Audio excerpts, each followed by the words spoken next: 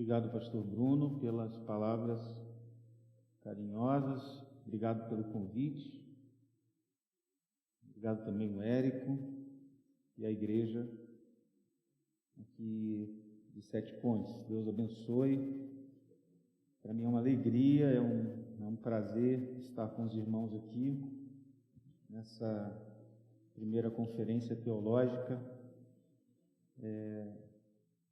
com um assunto tão caro, tão importante, a questão dos slogans da Reforma Protestante.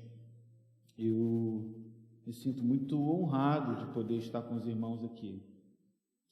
Como o pastor Bruno falou, eu estive aqui no aniversário da igreja, talvez alguns não lembrem, porque eu estava vestido de pastor naquele dia. Hoje eu não estou. Eu falei até para o pastor Bruno, quando eu encontrei ele embaixo, assim, eu estou me sentindo quase um mendigo na frente dessa elegância, Porque no dia do aniversário eu vim todo internado, Parecia realmente um pastor. Brincadeiras à parte, eu vim hoje aqui com a missão de falar sobre o quinto e último slogan da Reforma, o Soli Deo Gloria, Somente a Deus a glória, a Deus toda a glória. E esse para mim é um assunto muito caro, muito importante, que eu gostaria de compartilhar com vocês a partir da leitura de um texto das Sagradas Escrituras, que é o Salmo 96.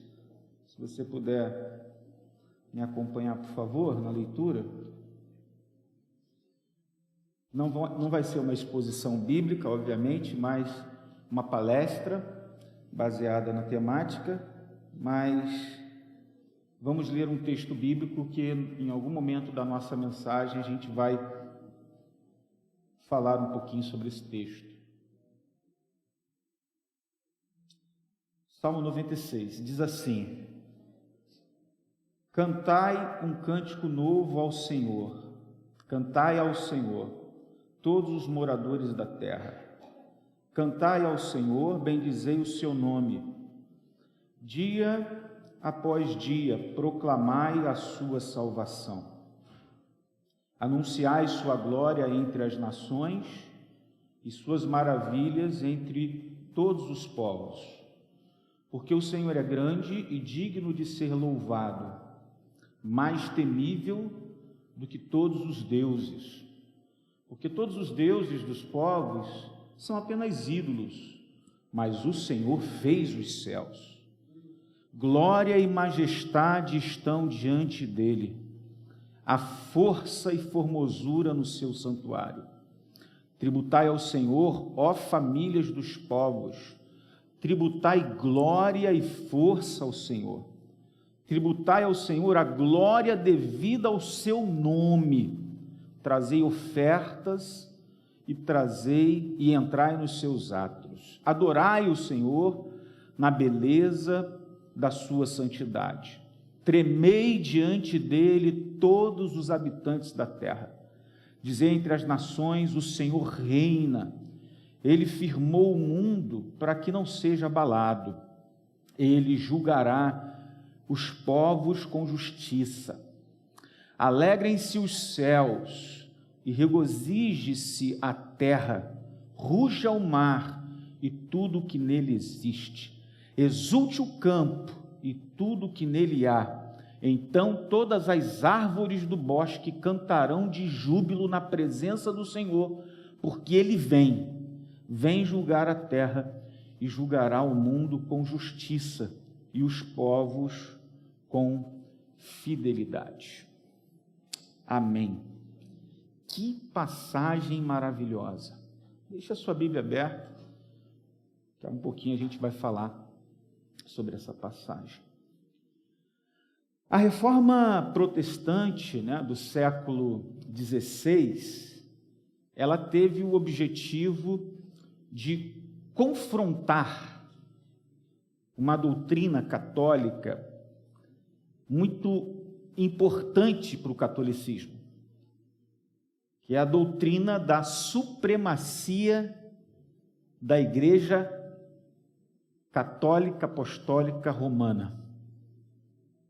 a supremacia do seu cabeça, o Papa. A Reforma Protestante do século XVI confronta a doutrina da supremacia da Igreja e da supremacia do Papa, do papado. Confronta com uma doutrina correta que afirma que o trono pertence somente a Deus. A glória pertence somente a Deus. A supremacia pertence somente a Deus. John Piper, que inclusive eu trouxe o livro dele aqui numa outra versão, a gente tem ele para vender, Deus é o Evangelho, dentre muitos outros livros que esse grande teólogo vivo escreveu, né? Ele escreveu esse, Deus é o Evangelho, e outros livros muito bons que eu recomendo. John Piper diz o seguinte: nós existimos para espalhar uma paixão pela supremacia de Deus para a alegria de todos os povos. Eu vou repetir. Nós existimos para espalhar uma paixão pela supremacia de Deus para a alegria de todos os povos. Eu vou até que horas, pastor? Eu gosto de falar. Eu preciso saber, porque senão eu passo do horário. Se já me deram 10 minutos na consagração, eu falei 25. Nunca mais me chamam. Quando o John Piper diz isso, que nós existimos para espalhar a paixão pela supremacia de Deus, e supremacia que é total e incontestável superioridade, isso é supremacia, a supremacia de Deus para a alegria de todos os povos, John Piper não está falando isso por acaso. Na verdade, se você ler as Escrituras de Gênesis e Apocalipse, você vai ver que Deus criou o homem com uma finalidade, e a Confissão de Westminster, né, o Catecismo de Westminster, vai colocar na primeira pergunta do Catecismo, qual é a finalidade do homem? Ela vai responder dizendo que a finalidade do homem é glorificar a Deus e alegrar-se em Deus para sempre. Olha que interessante, porque quanto mais a gente glorifica a Deus, mais nos alegramos nele. E a alegria nossa e a glória de Deus está muito atrelada. John Piper então diz isso, e eu queria então, à luz daquilo que nós lemos, à luz da doutrina reformada, só lhe deu glória, falar aos irmãos sobre o seguinte prisma e objetivo nessa manhã: elevar a Deus para ser glorificado acima de todas as coisas. Porque eu estou convencido de que a centralidade do Deus Trino reflete mais perfeitamente o ensino da Bíblia e a doutrina reformada, sola Escritura, sola gratia, sola fides, solo Christus e soli Deo glória. Eu acredito firmemente que a palavra de Deus, toda ela está centrada em Deus. A Bíblia é a história de Deus, não a história do homem em si. O homem é coadjuvante. Deus é o centro de tudo. Ele é o centro da Bíblia e ele é o centro da história. É bom a gente reafirmar isso porque, surpreendentemente, irmãos, alguns evangélicos têm combatido essa doutrina, alegando que Deus ele tem dado ao homem a honra e a liberdade de decidir os acontecimentos da história sem interferir neles. É como se Deus tivesse saído de cena e deixado o homem ser o artesão da sua própria história. Deus ficasse de fora. ele se tornasse um Deus abscôndito. Ele até criou, alguns evangélicos dizem, mas ele não participa, ele está fora. Ele deixa o homem ser homem, totalmente livre. Ele não intervém, ele não interfere. Essa doutrina tem nome, é o teísmo aberto. E o teísmo aberto, ele alega que Deus progride. Já pensou nisso? Que Deus, ele, para se relacionar com o homem de forma perfeita, em amor, ele está em processo. Um Deus que está em processo de construção. Reagindo diante das decisões humanas, sendo pego de surpresa, tipo assim, jogando dados. Eu não sabia que o homem fosse capaz de fazer uma coisa dessa. Sendo surpreendido pelos homens. Como se as coisas pudessem ser desconhecidas de Deus. E certamente esta posição contradiz o ensinamento claro da Bíblia, diminui notavelmente a glória e a majestade de Deus. Por isso que é bom a gente reafirmar, relembrar esses slogans. E a primeira coisa que a gente precisa dizer para falar da glória de Deus é pensar como Deus se revela na Bíblia. Deus é e pode ser conhecido. Deus é e pode ser conhecido porque Ele se revela. Sua existência é uma convicção de fé, enquanto um conhecimento dele é resultado de uma experiência. Interessante porque, biblicamente, a gente vai entender que Deus ele é autoexistente. Ele é sem começo, ele é sem fim, ele é eterno. Deus é a fonte, a origem de tudo que existe. Tudo que existe, tudo que se move, tudo que vive. Vive, existe, se move. Pode ler em Atos, capítulo 17. Vive, existe, se move em Deus. Deus é o lugar da habitação de todas as coisas. E Ele se revela como Deus, existindo em três pessoas distintas, em perfeita harmonia e propósito. Jesus falou para a mulher samaritana que Deus é Espírito, e é necessário que os verdadeiros adoradores o adorem em espírito e em verdade. Jesus, o Logos, o Verbo, a Palavra, diz, João no seu Evangelho, no capítulo 1, versículo 1, no princípio era o Verbo estava com Deus e o Verbo era Deus. O Verbo, a Palavra, o Logos, estava com Deus e era Deus. Era distinto do Pai, mas também era autoexistente e estava com o Pai. Olha só que interessante. E a Bíblia também vai falar que o Espírito Santo, ele é chamado de o Espírito da verdade, que é aquele que vive com os discípulos, aquele que está com os discípulos de Jesus. João capítulo 14, 17 confirma isso nas palavras do próprio Senhor Jesus. E estes três, desculpe aqui o estrago no português, mas esses três é um.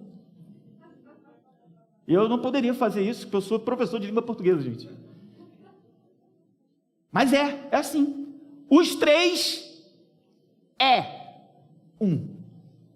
Não são um não, pastor? Não, porque pressupõe dois ou mais. Os três é um Deus verdadeiro. Dá um nó na nossa cabeça, né? Fala a verdade. Agora, é bom a gente falar essas coisas e a gente arrazoar sobre Deus, porque o que você pensa sobre Deus é o que mais importa na sua vida. E quando você abre a Bíblia em Gênesis, primeiro livro da Bíblia, primeiras palavras da Bíblia, você vai encontrar o que lá?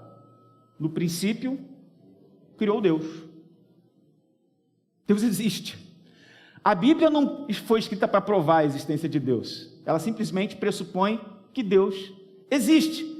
A Bíblia não argumenta a favor da existência de Deus.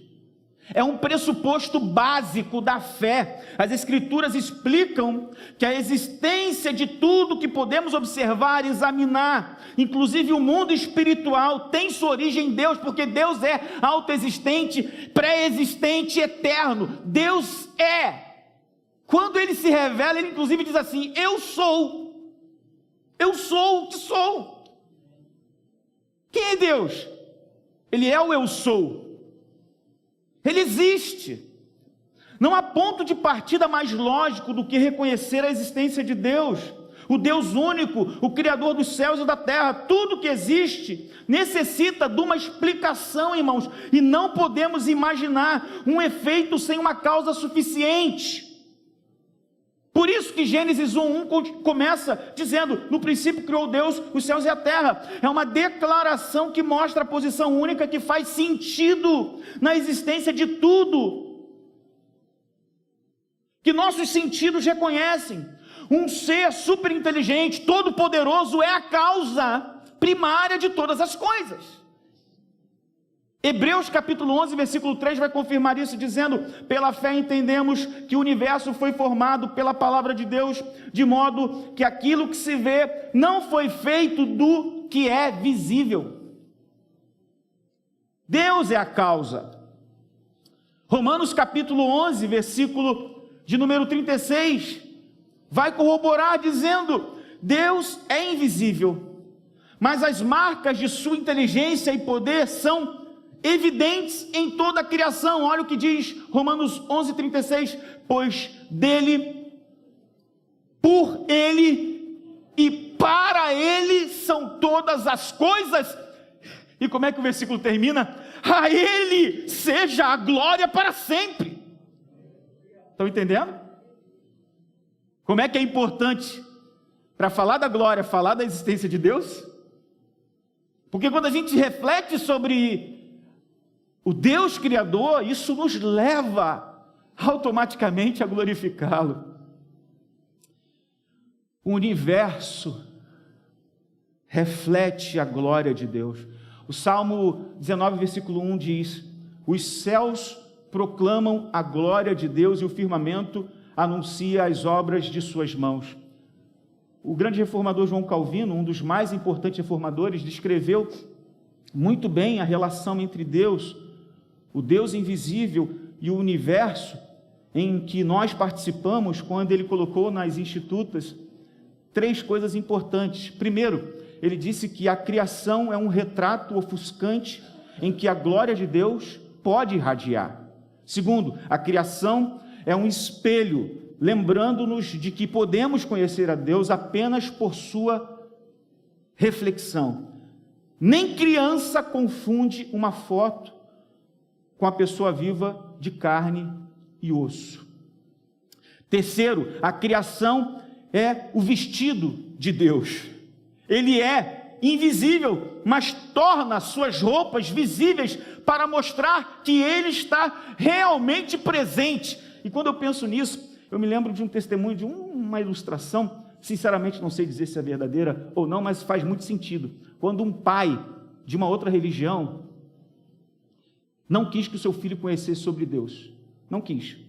Ele quis atrapalhar o seu filho de conhecer Deus. Ele falou: não, ele não vai conhecer Deus. Vou trancar ele numa masmorra, vou colocar comida, vou colocar bebida, e ele vai crescer ali.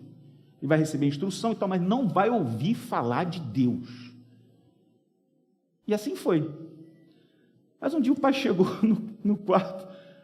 Quando chegou no quarto, lá estava o garoto olhando para o céu e dizendo: ó grande astro luminoso, vai dizer a quem o criou que eu amo.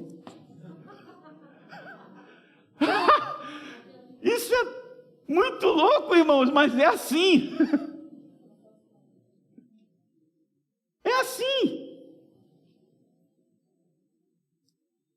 E tudo isso, irmãos, quer nos levar a algo muito importante, que Abacuque vai expressar no capítulo 2, versículo 14 do seu livro. e a terra se encherá do conhecimento da glória do Senhor, como as águas enchem o mar. Deus, de fato, leva a sua glória a sério, irmãos. Deus ama a sua glória. Deus tem um intenso desejo de que sua glória seja conhecida. Por quê? Quando a sua glória é conhecida, ele é glorificado pelos homens. Deus quer que a sua glória seja exaltada, honrada, amada, reverenciada. Ele quer que cada coração humano fique cada vez mais apaixonado pela sua glória. Deus, por mais que isso pareça contraditório, Deus é radicalmente centrado em si mesmo. Por quê? Pensa em tudo que é belo, gente. Pensa. Uma obra de arte.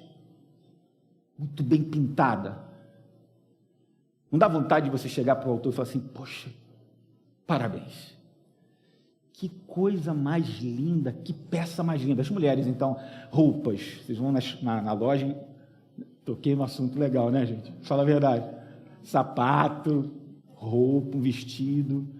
Você vai na loja, você vê aquele vestido, aquele sapato bonito, feito sob medida para você.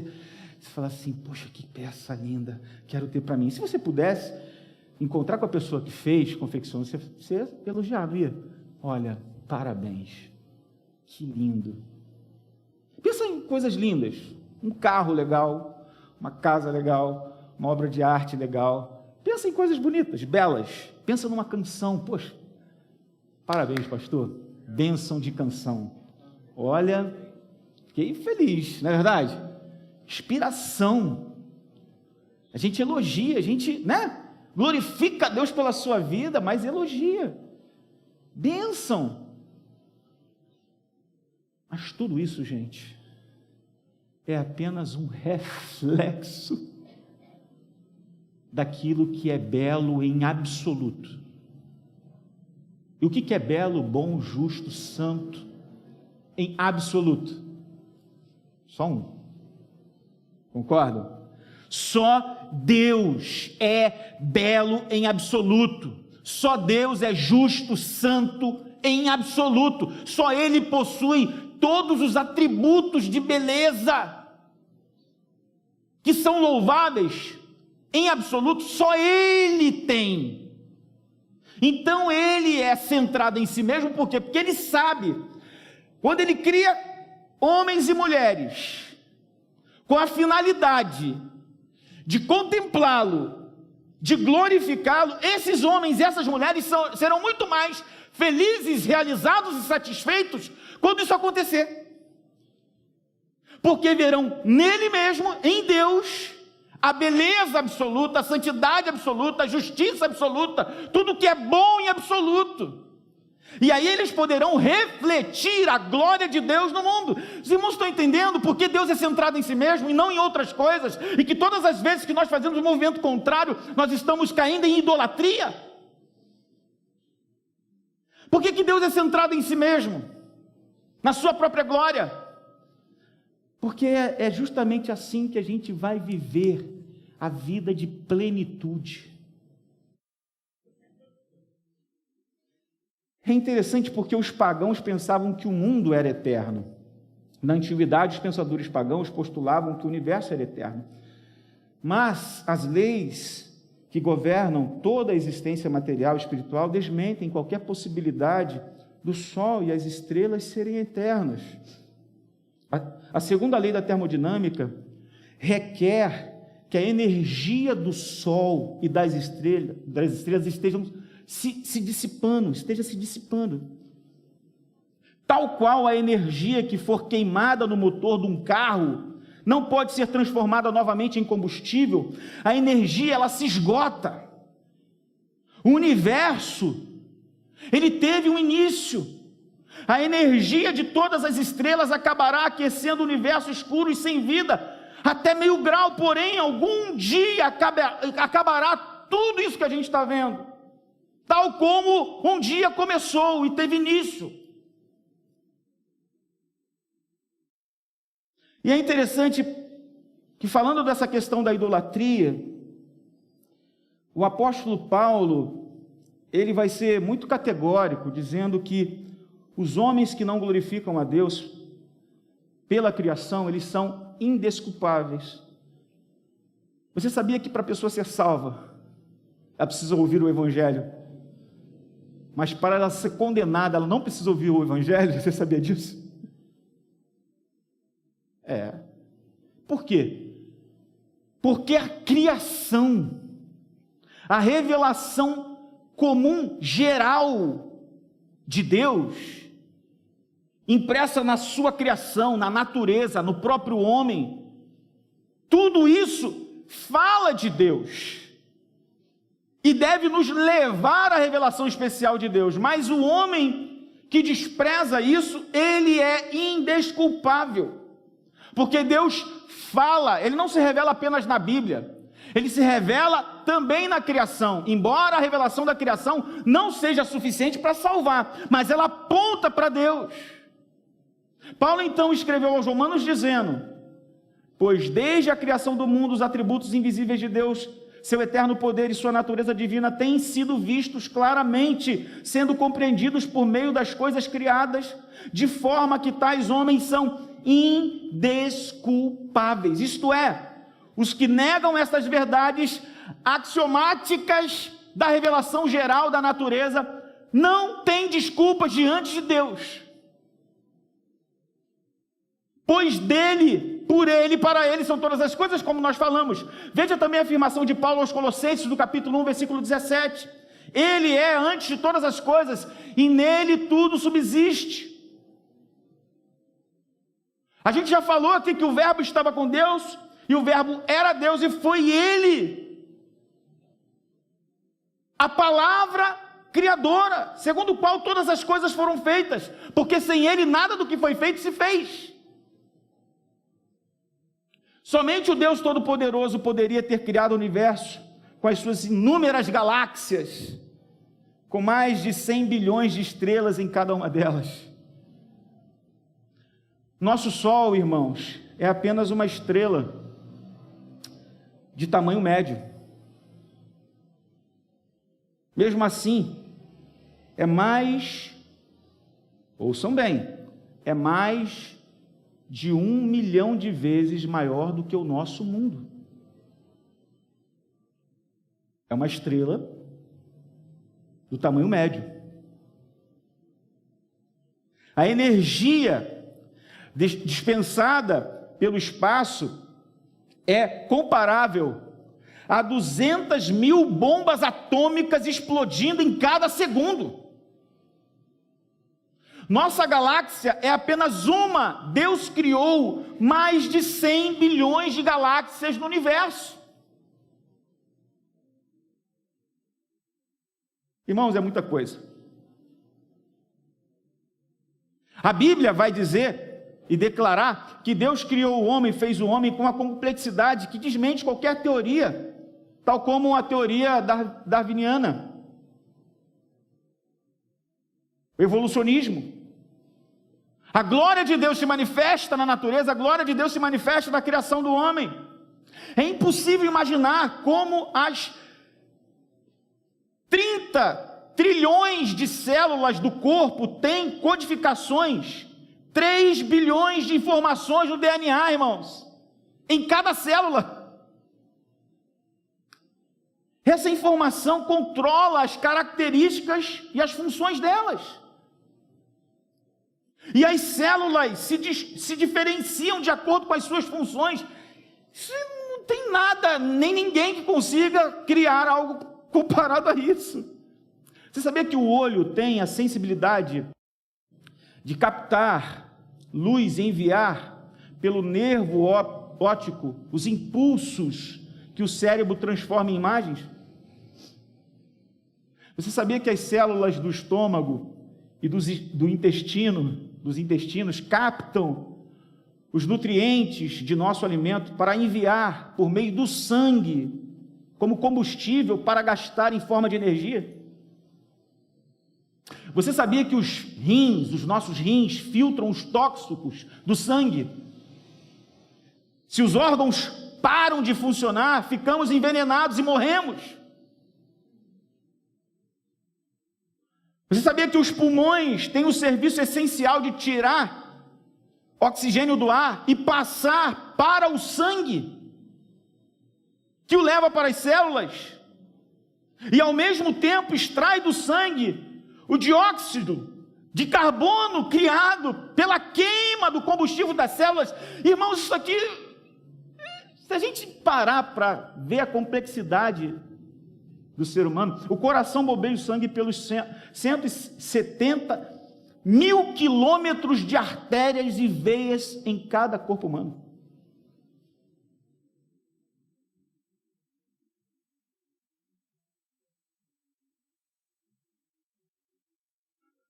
A glória do Criador se contrasta com a limitada capacidade e inteligência do homem.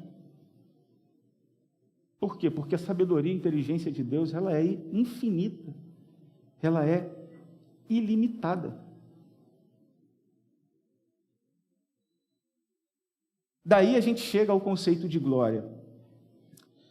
O conceito bíblico de glória traz em si 3 ideias chaves. Preste atenção, isso aqui é muito importante, porque vai nos levar daqui a um pouquinho ao texto que nós lemos.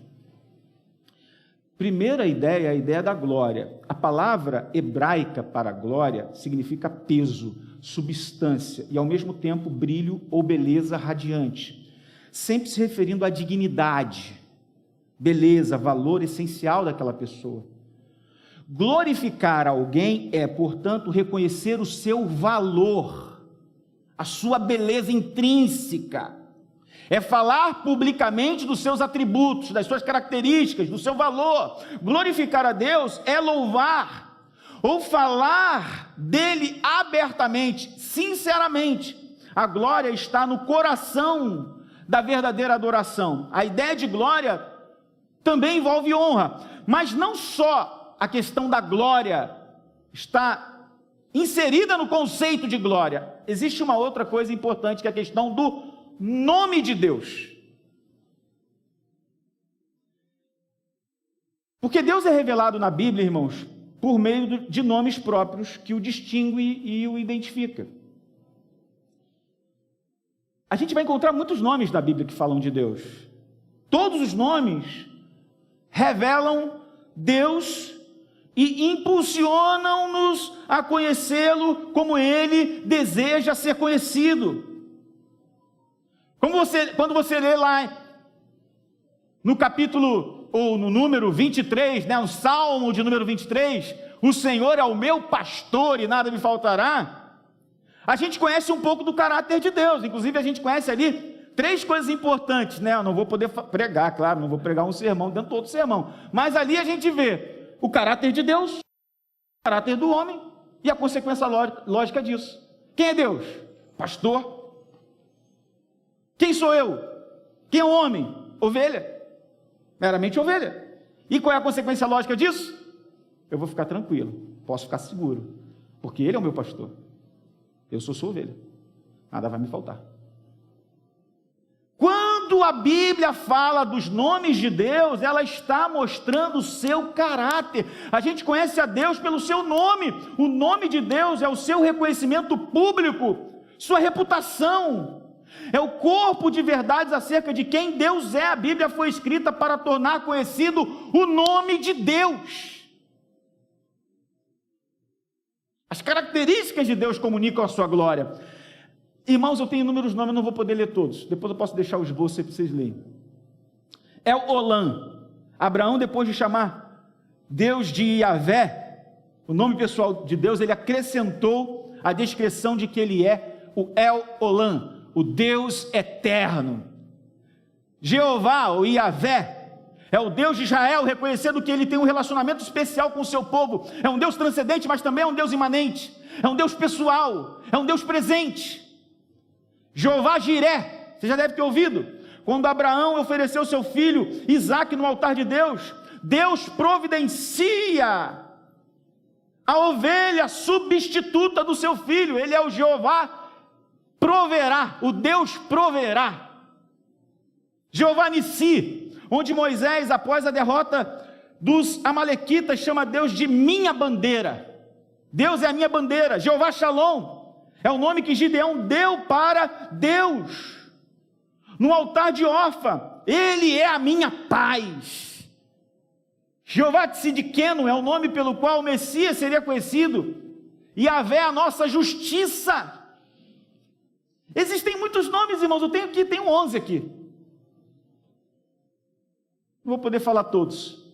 E todas as vezes que nós nos referimos a Deus pelos seus nomes, nós estamos falando alguma coisa, algum aspecto do seu caráter, e isso tudo nos leva à terceira coisa, que envolve o conceito de glória, que é a adoração. Veja você, irmãos, quem Deus é, olha o núcleo. Segue minha sequência lógica aqui, ó. Quem Deus é, Ele se faz conhecido pelos seus nomes, o que Ele faz, suas características. Ele quer que a sua glória seja espalhada. Para quê? Para que Ele receba glória. Para que Ele receba glória. Entenderam? É importante isso, porque o Salmo 96, ele fala justamente disso. Duas direções da glória de Deus no Salmo 96. Para o mundo, evangelização, e para o próprio Deus, que é a adoração. Depois você vê, com calma. Pode observar, o Salmo 96 vai falar dessa glória para o mundo e dessa glória que volta em adoração, dessa glória que tem a ver com a evangelização e dessa glória que tem a ver com a adoração. A primeira mostra a glória de Deus à humanidade por toda a terra. Ele revela quem Ele é e o que Ele tem feito a fim de abrir o caminho para o segundo direcionamento da glória, que é a glória por meio da adoração. Deus revela a sua glória às nações. Por isso é que Ele exige no Salmo 96, versículo 1, cantai um cântico novo ao Senhor, cantai ao Senhor todos os moradores da terra. Por quê? Porque os moradores da terra têm ouvido falar do nome afamado de Deus, ouvido falar da sua glória, do seu poder, da sua beleza, da sua majestade, da sua santidade, da sua perfeição. E o mundo então tem que cantar, tem que louvar, tem que adorar o nome do Senhor, tem que glorificar a Deus, em resposta a quem Deus é. Então você vê que o propósito de se espalhar a glória de Deus ao mundo é para que todos os seres possam dar glória a Deus por meio de uma adoração motivada pelo amor. Deus revela a sua glória a fim de receber glória, irmãos. A resposta de glória das nações a Deus é expressa nos versículos 7 a 9, que dizem assim: tributai ao Senhor, ó famílias dos povos, tributai glória e força ao Senhor, tributai ao Senhor a glória devida ao seu nome, trazei ofertas e entrai nos seus átrios, adorai ao Senhor na beleza da sua santidade, tremei diante dele todos os habitantes da terra. Veja os irmãos então que o coração da evangelização flui nessas maravilhosas economias da glória de Deus. Deus revela a sua glória a todas as nações para receber a glória de toda a sua criação. Então, resumidamente, o propósito de Deus ao se revelar, ao revelar a sua glória, é para a sua própria glória global, criacional. Deus se propôs a redimir um povo de dentro de todos os povos e a reinar um reino sobre todos os reinos, para que Ele e ninguém mais, ninguém, irmãos, nem pastor, nem político, ninguém mais receba glória. Ok, irmãos? Porque Ele põe e Ele tira. Toda a autoridade submissa dele. Porque quem reina de verdade é só Ele. Reina eternamente. Vale um amém? Ih, senti fraco, pastor. Eu acho que eu não me fiz entendido. Vale um amém, irmãos? Amém. Então, tá bom. Então vamos lá. Se isso é verdade, Olha que interessante, textos e eventos que mostram o zelo de Deus por sua própria glória. Olha, eu vou falar rápido, mas eu posso deixar depois o esboço aí se vocês quiserem. Deus escolheu o seu povo para a sua própria glória. Deus nos criou para a sua própria glória. Deus chamou Israel para a sua própria glória.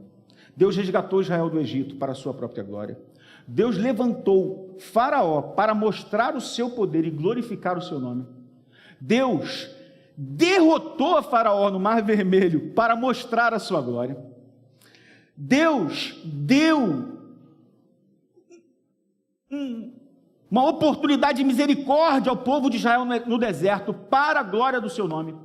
Deus deu a Israel a vitória em Canaã para a glória do seu nome. Deus não desamparou o seu povo para a glória do seu nome. Deus restaurou Israel do exílio para a glória do seu nome. Deus fez com que Jesus buscasse a glória do seu Pai em tudo que ele fez, para que o povo visse que o Pai, Deus, precisa ser glorificado. Jesus ensinou a fazer boas obras para que a gente glorifique a Deus. Jesus advertiu que não podemos buscar a glória de Deus senão pela fé. Jesus disse que responderia orações para que o Pai fosse glorificado. Jesus suportou os sofrimentos até o último momento para a glória do Pai. Deus ofereceu o seu Filho para vindicar a glória da sua justiça. Deus perdoa nossos pecados por amor de si mesmo, por amor da sua própria glória. Jesus nos recebe em sua comunhão para a glória do Pai. O ministério do Espírito Santo é glorificar o Filho e o Pai. Irmãos, Deus nos instrui a fazer todas as coisas para a glória dele. Quer bebais, quer comais, quer façais qualquer outra coisa, fazei tudo para a glória de Deus. Jesus nos enche de fruto para a glória de Deus. Todos estão sob julgamento por desonrarem a glória de Deus. Herodes morreu fulminado por não ter dado glória devida a Deus. Jesus está voltando novamente para buscar o seu povo para a glória de Deus. A última vontade de Jesus foi a de que vivêssemos e nos alegrássemos em sua glória. Mesmo na ira, o propósito de Deus é fazer conhecida a riqueza da sua glória. Todas as coisas que acontecem redundam na glória de Deus. E por fim, a Nova Jerusalém, ela será tão magnífica e tremenda, irmãos. Sabe o sol? O sol não terá mais função nenhuma na Nova Jerusalém. Por quê? Porque a glória de Deus iluminará aquela cidade. Dá para entender que a paixão de Deus é por Ele mesmo? Dá para entender que Deus, Ele é apaixonado por sua própria glória? E isso é biblicamente inconfundível. O propósito principal de Deus é glorificar-se, alegrar-se em si mesmo sempre. O Filho glorifica o Pai dá honra para o Filho, e o Espírito Santo glorifica o Filho e o Pai. Assim a Trindade convive e existe, irmãos. E aí eu chego naquela parte da prédica e do sermão que a gente chama de reflexão teológica, que é a mensagem do Evangelho. John Piper, nesse livro, ele diz que Deus é o Evangelho. Deus é o Evangelho. Olha que interessante que ele diz na página 12 e na página 13. Eu separei duas frases. Ele diz assim, abre aspas. Quando afirmo que Deus é o Evangelho, estou dizendo que o supremo, o melhor, o final e o decisivo bem no Evangelho, sem o qual nenhuma outra dádiva seria boa, é a glória e Deus na face de Cristo. Eu vou repetir.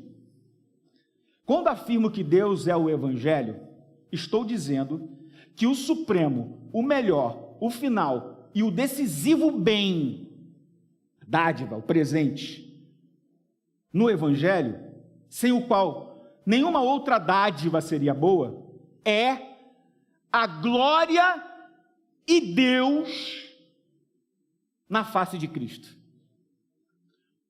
Ele continua: o Evangelho é as boas novas de nosso gozo completo e final da glória de Deus na face de Cristo. Vou lá para a página de número 79. Implícito no que temos dito a respeito da glória de Cristo, ser a glória de Deus, está o fato de que Cristo e Deus são um em essência. Aqui eu discordo dele, eles são Deus. Eu discordo, tá? Mas tudo bem.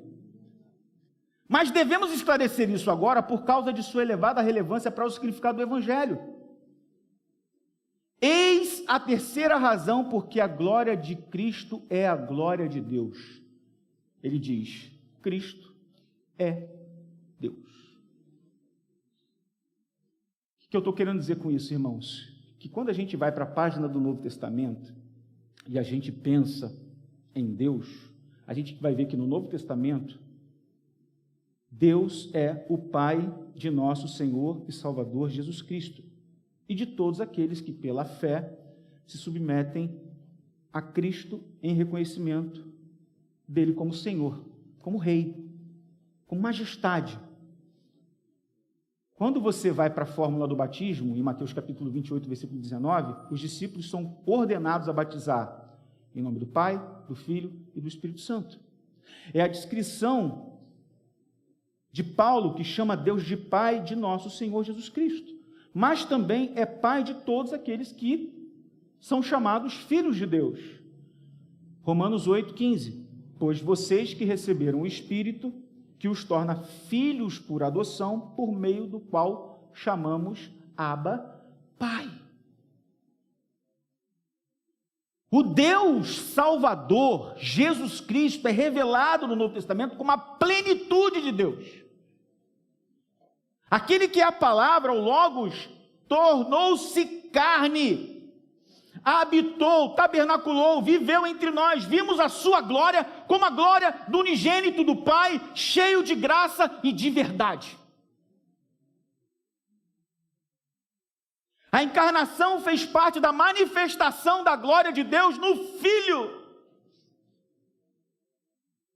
Ninguém viu a Deus, mas o Deus unigênito que está junto ao Pai o tornou conhecido. Deus concentrou na pessoa de Jesus Cristo a sua glória, irmãos. Repetidas vezes no Evangelho de João, Jesus usa a palavra glorificado para descrever sua elevação para a cruz, sepultamento e ressurreição. Jesus pede ao Pai que o glorifique, enquanto Ele glorifica o nome dEle. Deus respondeu dos céus: eu já o glorifiquei e o glorificarei novamente. Em João capítulo 17, versículo 1, Jesus ora para que o Pai glorifique o Filho, para que o Filho o glorifique. Jesus declara ter glorificado o Pai na terra, completando a obra que ele havia recebido do Pai. Ele pede ainda: glorifica-me junto a ti com a glória que eu tinha antes contigo, antes que o mundo existisse. Perceba o relacionamento que há na Trindade, glorioso. Em todo o Evangelho de João se destaca a glória de Deus, que Jesus demonstrou em sua vinda ao mundo. E essa glória foi elevada na cruz do Calvário. Paulo também cita um hino para salientar a glória de Jesus Cristo em sua humilhação e em sua exaltação. Ainda que Jesus Cristo fosse Deus, ele não considerou, não julgou como vantajoso ser igual a Deus, como se isso fosse algo que ele deveria se apegar, mas ele esvaziou-se a si mesmo, vindo a ser servo, escravo, tornando-se semelhante aos homens, e sendo encontrado na forma humana, humilhou-se a si mesmo, e foi obediente até a morte de cruz. E essa obediência, ela é contrastada com a desobediência de Adão. Ele obedeceu ao Pai, ele obedeceu a Deus, sendo ele Deus, se humilhou. E este é o ministério de revelar ao Pai e salvar pecadores, para glorificar a Deus. Jesus Cristo veio ao mundo, irmãos, para nos fazer novamente pessoas capazes de glorificar a Deus, porque nós estávamos perdidos. Todos pecaram e destituídos estão da glória de Deus. Era necessário que ele viesse e se encarnasse, para quê? Para nos trazer novamente para a presença de Deus, nos reconciliar.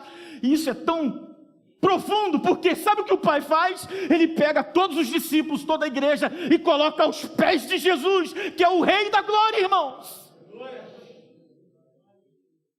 Por meio de Jesus nós nos voltamos ao Pai. E sabe o que o Pai faz? Coloca todo mundo de joelhos diante de Jesus. Pelo que Deus o exaltou sobremaneiramente, Ele deu um nome que está acima de todo nome, para que todo o joelho se dobre e confesse que Jesus Cristo é o Senhor, para a glória de Deus. Aleluia! Aleluia! Todo louvor, toda adoração da igreja deve ser oferecido a Deus. Muitas vezes nos salmos o povo de Deus é conclamado para glorificar, louvar a Deus. E a gente se lembra de 1 Coríntios 10, 31. Assim, mais uma vez eu falo, quer vocês comam, bebam ou façam qualquer outra coisa, façam tudo para a glória de Deus. Nós somos chamados a viver uma vida para a glória de Deus. Esse é o propósito da criação humana. Esse é o propósito da criação de tudo. O único propósito que o cristão verdadeiro deve ter em toda a sua vida é glorificar o Criador e o Salvador. O céu, eu não sei se você sabe, os 24 anciãos lançam as suas coroas diante do trono constantemente, de acordo com a revelação do Apocalipse no capítulo 4, e dizem: Tu, Senhor e Deus nosso, és digno de receber a glória, a honra e o poder, porque criaste todas as coisas, e por tua vontade elas existem e foram criadas. Os 24 anciãos tiram a coroa, colocam diante de Jesus e dizem isso o tempo todo, constantemente. Apocalipse 5,13: ouvi todas as criaturas existentes no céu, na terra, debaixo da terra e no mar, e tudo que neles há, que também diziam: aquele que está sentado no trono e ao Cordeiro seja o louvor, a honra, a glória e o poder para todos sempre. Louvar a Deus é o dever de todo ser criado, irmãos. Seja anjo, seja cristão, seja incrédulo, ou até mesmo os demônios.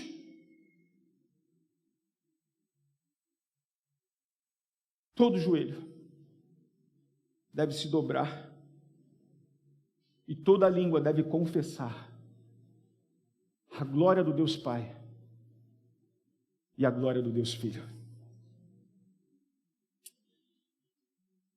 Entenderam por que o último legado da Reforma Protestante é somente a Deus glória?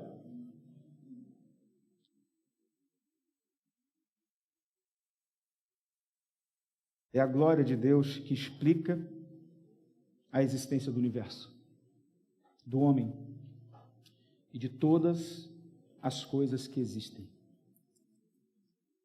A glória de Deus se manifesta na cruz, na ressurreição de Jesus, para salvar a todos nós. A glória de Deus se mostra na transformação dos pecadores, à semelhança de Cristo. A glória de Deus é o propósito de tudo que acontece no presente. O que aconteceu no passado, o que acontece no presente, o que vai acontecer no futuro. Deus é o centro. Por isso Ele merece toda glória. Deus vive. Por isso Ele merece toda a glória. Essa é a nossa motivação principal. A sua glória. Foi por essa razão que o último slogan da Reforma foi: "Eu só lhe deu glória". A gente quer terminar dizendo: a Deus toda a honra, a Deus toda a glória, a Deus todo o louvor. Vamos orar?